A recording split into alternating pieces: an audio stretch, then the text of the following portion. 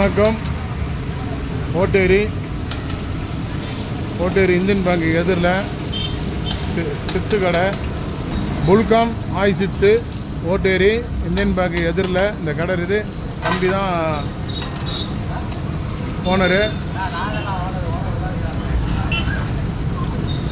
Owner சொந்தக்காரன்.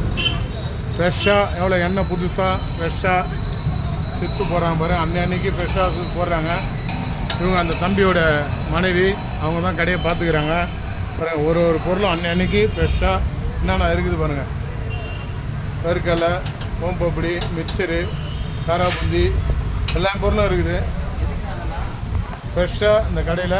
இந்த இடத்துல எல்லா பொருளும் வீட்டுக்கு குழந்தைங்க சாப்பிட்ற பொருள் எல்லாமே அன்னைக்கு பாருங்கள். எல்லாமே புதுசு. சோமஸு, முறுக்கு, பர்பி எல்லாமே இருக்குது. லட்டு பகடா பார்க்கும் போது சாப்பிடும் பொழுது உள்ளே போகிற பிஸ்கட்டு எல்லா ஐட்டமும் இருக்குது.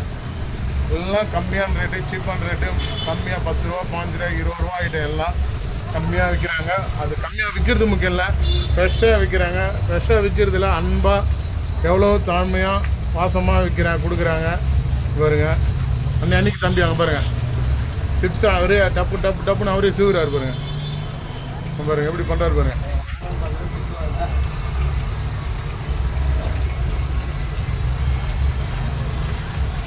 சிப்ஸு அவரே உடனே ரெடி பண்ணுறாரு. எல்லா பொருளும் ஓனரில் சுட சுட சுட இதை மட்டும் சிப்ஸு போட்டுனாரு தம்பி.